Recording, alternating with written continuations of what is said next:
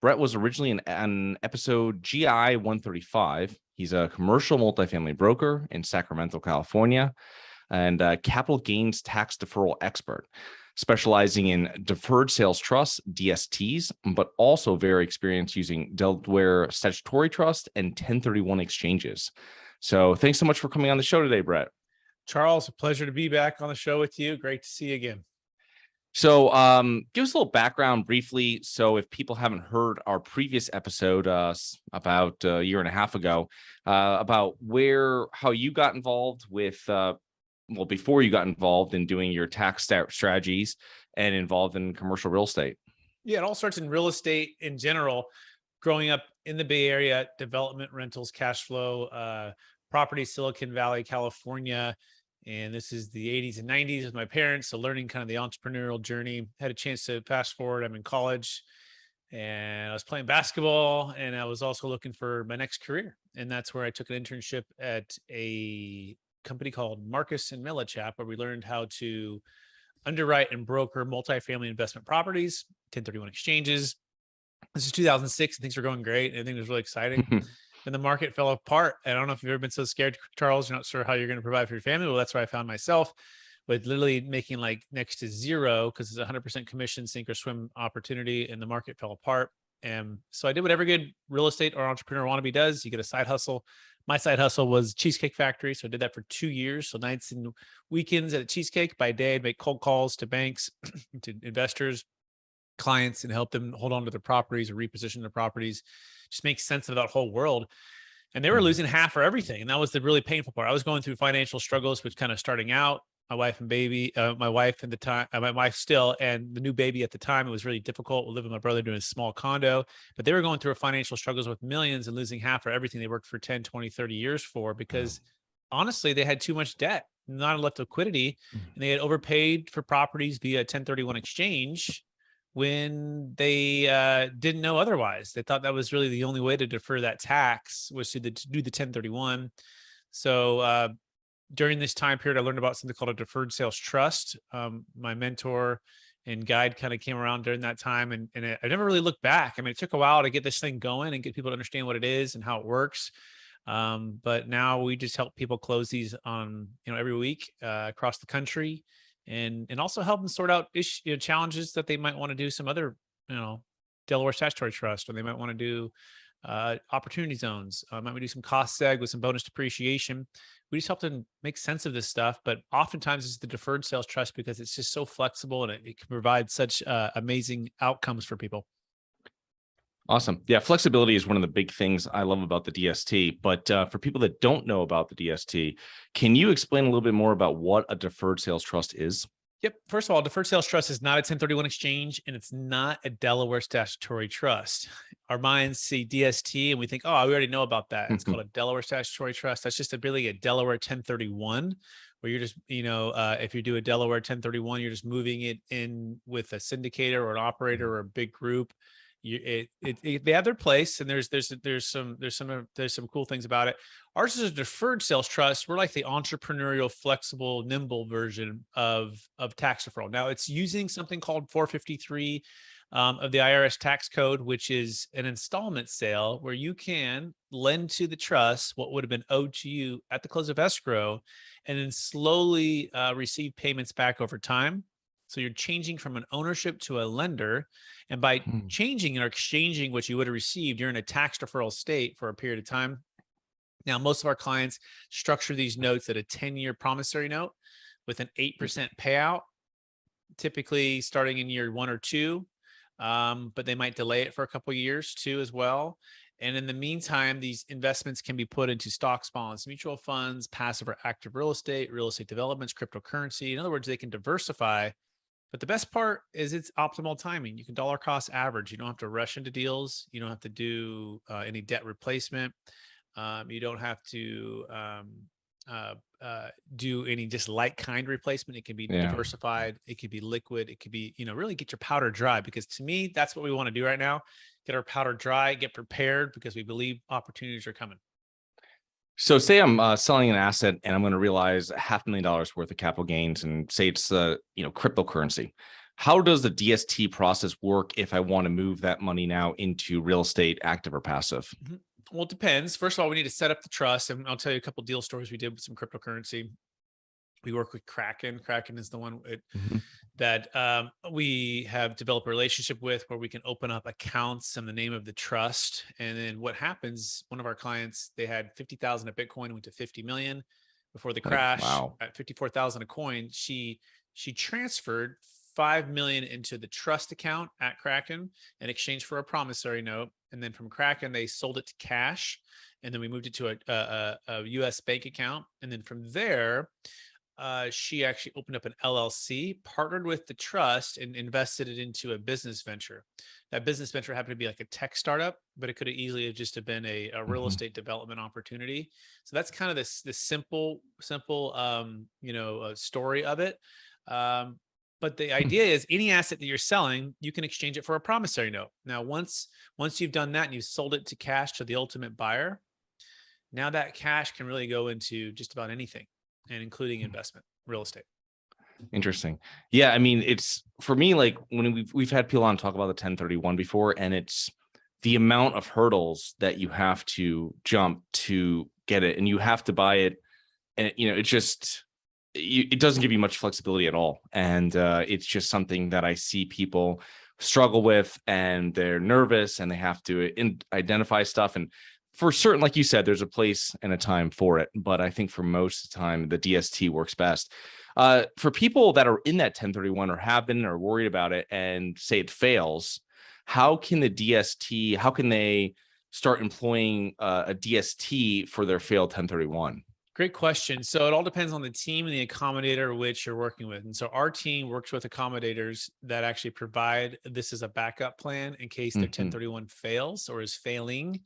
And so it's all about the team and it's all about the accommodator. And guess what, Charles? Unfortunately, most accommodators don't want you to know about this, Mhm. or they don't even really know about it, or they don't really want to know about it, because guess what? Anything that doesn't end in 10 or 31, they're not interested in, right? Because they Uh, want to keep you in the 1031 race. And I get it. I'm a multifamily broker, started at Marcus and Millichap, and I still do 1031s with clients, and that's the way we get paid. So to be honest, it's kind of just what it is. So but there are accommodators who will give you all options with a qualified intermediary to do a deferred sales trust, a Delaware statutory trust, or a 1031 exchange traditional one. So that's the first thing. Make sure you have the team in place. But simply, once you have the language inside of an exchange agreement, then you can do what's called defeasance. Essentially, what it means is you're going to trade your position of receiving that cash for a promissory note. So it's just an extra pit stop while it's there. And yeah, we do these all the time. And if you've done correctly and with the proper team and everything in place, it works. Now we're talking about like selling traditional assets, I guess you would say almost real estate, even crypto. I mean, the if someone's selling a business, how can you give some examples of how someone selling a business? Because I've heard this before at a meetup like last week, and someone was talking about selling a business and want to invest in the real estate. And obviously, you can't do that with a 1031. But I imagine, how have you structured that previously with people with the DST? Yeah. So again, the 1031 is like Blockbuster because it does not allow unlike kind replacement. Mhm. So what Charles is referring to is if someone is selling a business interest, you cannot roll that into an investment real estate interest. In fact, Blockbuster 1031 and Delaware 1031 only works for investment real estate, whereas the deferred sales trust is like Netflix because it works for investment real estate, works for business sales, cryptocurrency, stock, carried interest, captive insurance, LP positions, GP positions, primary home sales.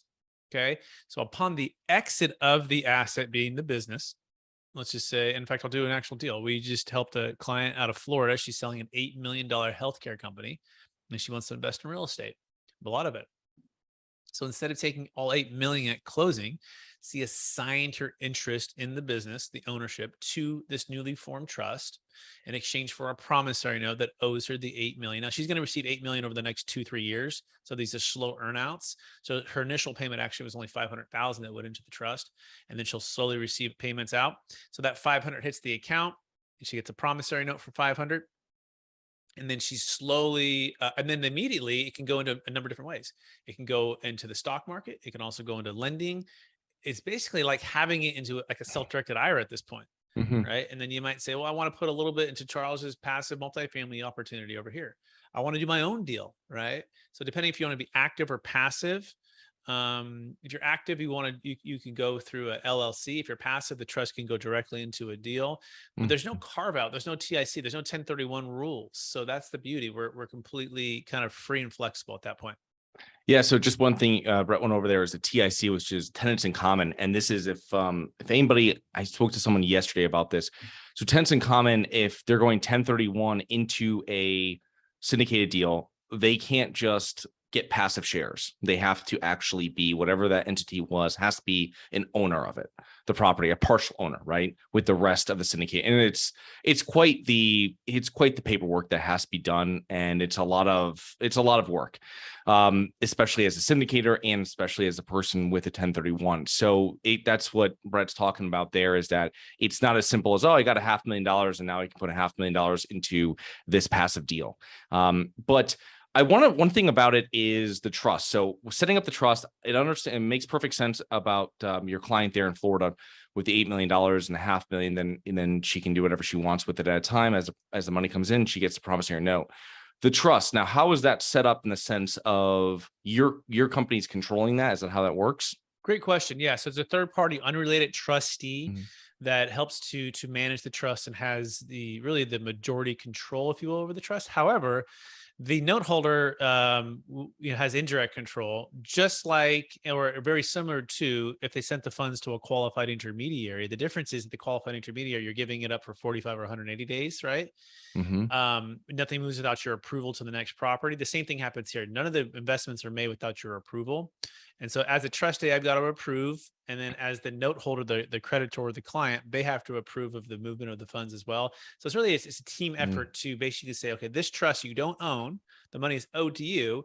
But as a creditor or the lender, you have to approve of the investments to make to the best we can to be able to pay you back plus a rate of return. So it's a team effort. And but yeah, it's definitely not ownership, right? It's definitely not unilateral control, because if it were, it would be taxable, right? It'd be constructive receipt. So we make sure we just follow those rules, not unlike a qualified intermediary would. Okay. Now, if once they have it into the trust, they can then direct it into whatever kind of asset they want, like you said. And at that point, how many years does this go for? And at the end of that, when it sunsets, if it does it at all, is it taxable at that point, or do we do something again? Yeah. So with my approval on the investments, where I've got to review the investments and look at it. Yeah, we can go into just about anything: real estate, crypto, business ventures, ground up development. We've done it all. Yeah. As far as the timing of it, they're 10-year note terms. And at the end of 10 years, there's a balloon payment due, but you can like refinance and renew it for another 10 years and keep kind of pushing that out. Most of our clients will just live off the interest payments and then just slowly receive capital over a period of time. They might do principal and interest, or maybe just interest payments. If you get interest, it's just 1099 ordinary income. If you dip into principal, it's cap gains tax. But every 10 years, you can renew for 10 years and keep kind of kicking the time frame down. Then you can have it inside of a living trust, and your children can step into your shoes and they can continue the tax deferral as well, which is one of the downsides to this. A 1031 exchange maintains a stepped up basis, right? So whereas upon your death, your children can basically sell it at fair market value and have zero capital gains tax. However, that depends if you want to wait till you die to get that advantage. And if that's even still around by the time you die, who knows where that's going to be in the future. The other point too that the deferred sales trust is pretty cool on is we can get a new depreciation schedule, right? Whereas during your lifetime, by partnering with the trust, you can get up to 80% of the depreciation schedule when you're an active owner of that asset, which is pretty cool. And the other aspect would be the ability to get funds outside your taxable estate.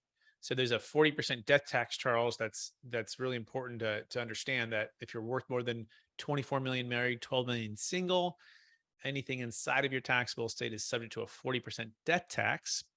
So the solution to this, one of them for us, we think it's the best, is to just upon sale, just get it into what's called the DST 2.0 or the DST plus, and get it outside your taxable estate, so that not only that amount, but all of the growth between now and the time that you pass is outside your taxable estate, which eliminates that 40% death tax. So that's a powerful thing that the 1031 exchange blockbuster just doesn't even really address, because it can't really do anything for that. Whereas the Netflix deferred sales trust can solve that. So if say there's $1 million of gains, I want to invest 500,000 of it or whatever it is, and I want to take out $50,000 of capital every year. So obviously that's going to be a minimal hit, right? A few $1,000s I'm going to be paying every year on that to get that money out. And I can do that over that time instead of getting hit with a one-time like capital gains up front.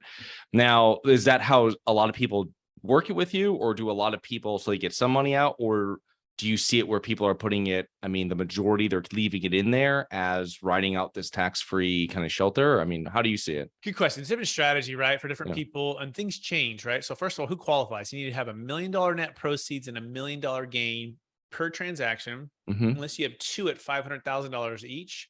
So you could have like 500,000 of crypto and a $500,000 rental house, right? Mhm. It has, the gain and the proceeds equal $1 million together.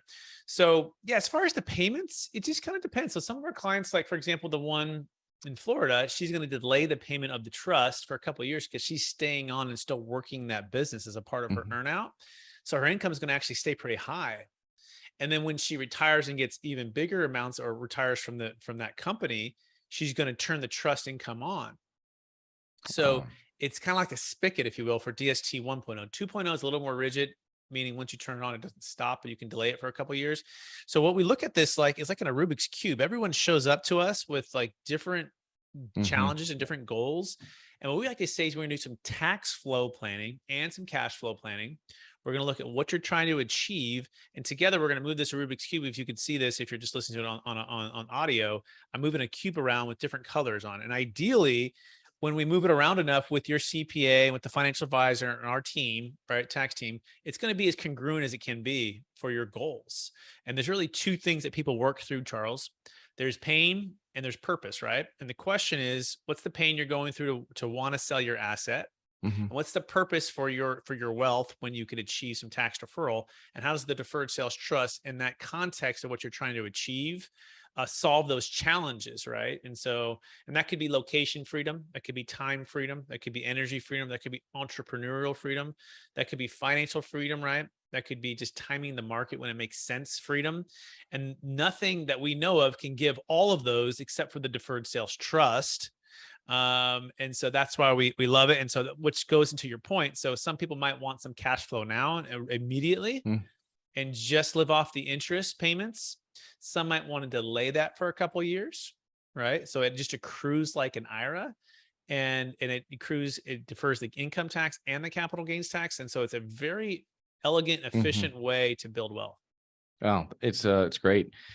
So give me, you said the 1031 has a step-up basis, the DST doesn't. What are some other, I guess we'd say, drawbacks that you would see of the DST when people are comparing different solutions for tax deferral? Yeah, so the 1031 exchanges is a commodity at this point. There's over 5,000 QI companies. You can get it Mhm. done for about Yeah. $1,000 to $1,500, right? And it's a one-time fee. Now they get interest on the carry for that period of time, but it's just simple. It's like hiring a real estate agent. They're in your life, you list it, you sell it, and they're out within 6 to 12 months. Whereas the deferred sales trust, it's an ongoing relationship. It's Mhm. long term. It's typically lifetime, and it's also even with your kids. And Yeah. so it's the relationship with the trustee, me, right? Your relationship with the financial advisor that's a part of the case. Relationship with the tax attorney. It's an ongoing wealth, plan that it's going to be long term, which means there's ongoing fees, right? Recurring fees. Fees are about 1.5% to 2% on the AUM. So if it's $1 Mhm. million deal, it's about 15 to 20,000 per year that the trust is paying the trustee and the financial advisor and the expenses. There's a one-time setup fee of about 15,000 on $1 million gross sale price of a deal that goes to the tax return. It includes lifetime audit defense. So you got to get comfortable with me, the trustee. You got to get comfortable with the structure. And you want to know that understand that it is third party. Like I'm not related to the people that are doing the deals for my deals, right? Yeah. And we've got to work together. So it's just getting comfortable with that. And those are the main ones, right? So besides that, unless your deal is too small, like you don't Mhm. have a lot of tax, that's why we have our minimums. Then we'll say it's just too small. Just we just suggest you pay your tax, or maybe you get some cost seg, bonus depreciation on a deal if you want, or an opportunity zone if you could tie it up for 10 years. Yeah. But honestly, Charles, like once you have time to spend with us, get comfortable with who we are, what we do, we have a very high closing ratio.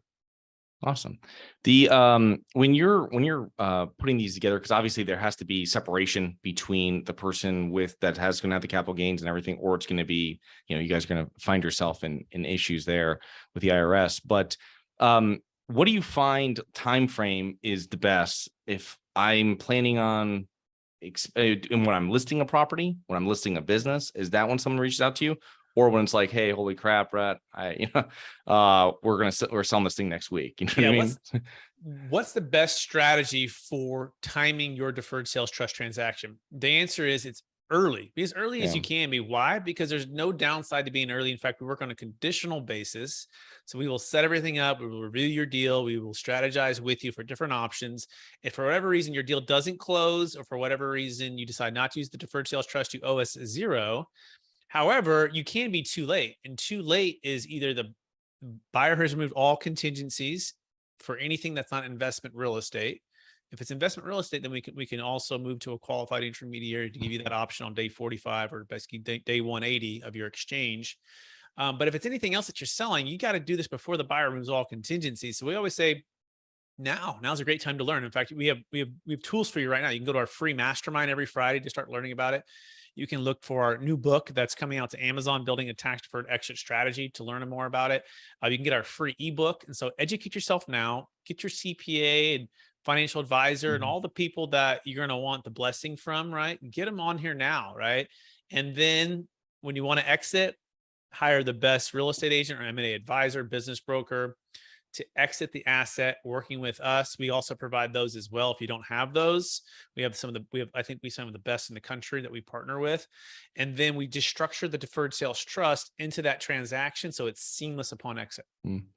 And just to confirm, when someone's getting into this process with you, or after they don't have to tell you exactly where this money's going to go, correct? They can figure that out once it's in the DST, and then I can go to the next step of what I'm doing and figure out where I'm going to invest this, or, Yeah, there's no rush to have Okay. to put the money anywhere. In fact, I had clients, I still do, who've closed deals and the money's just sitting in the bank and we're waiting for a period of time to dollar cost average into different investment opportunities. Oh, nice. Right. Okay. And so that's the beauty of optimal timing. That's the beauty of just, I guess, peaceful investment planning. Although we're going to have a initial blueprint before we close, because we never like money just sitting around. Yeah.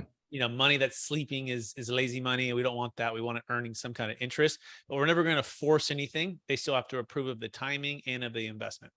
Yeah. That's the one downfall of the 1031. You're like, oh, I'm selling at the top of the market, but now I have to buy at the top of the market. So it's, it's tough, especially if someone's retiring and they're like, I don't want to actively manage real estate anymore or anything like this. Well, I mean, your hands kind of really get tied in that situation because it's difficult to go the passive route from the active route. So great. Thanks, Brett. One other thing I had, just as we're closing up here, just on a personal note for you and professionally, you've been through a lot of ups and downs in your career. And I always like to ask our guests, what do you think are the main factors that have contributed to your success over your professional career and also with your personal life maybe as well?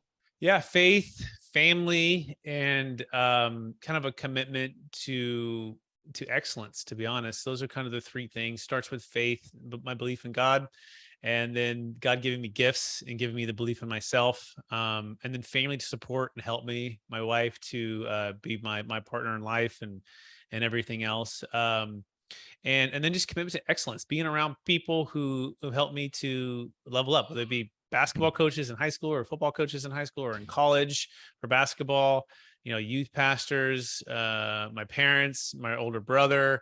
I mean, on and on and on. I've just had amazing people in my life. But I've also been really coachable and open, and believing that if they can do it, then I can do it. And I like to say I'm the tortoise, not the hare.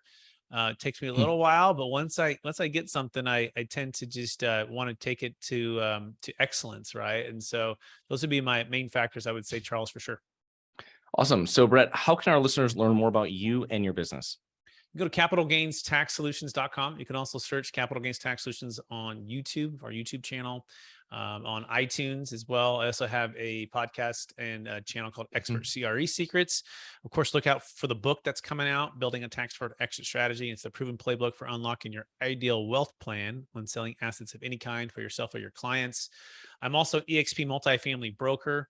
We're building out what we're focused on is called EXP Mastery, or basically the best of the best in luxury real estate, commercial real estate, multifamily brokerage. And we're combining the DST as the solution, the keystone solution to help clients. So you can also check us out, expmastery.com. Awesome. Well, thanks so much for coming on again, Brett. And I will make sure to have all those links into the show notes. And have a great rest of your day. Thanks, Charles. Thank you.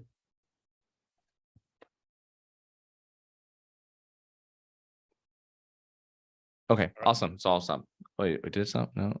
All right, yeah, it's going to stop in 1 second.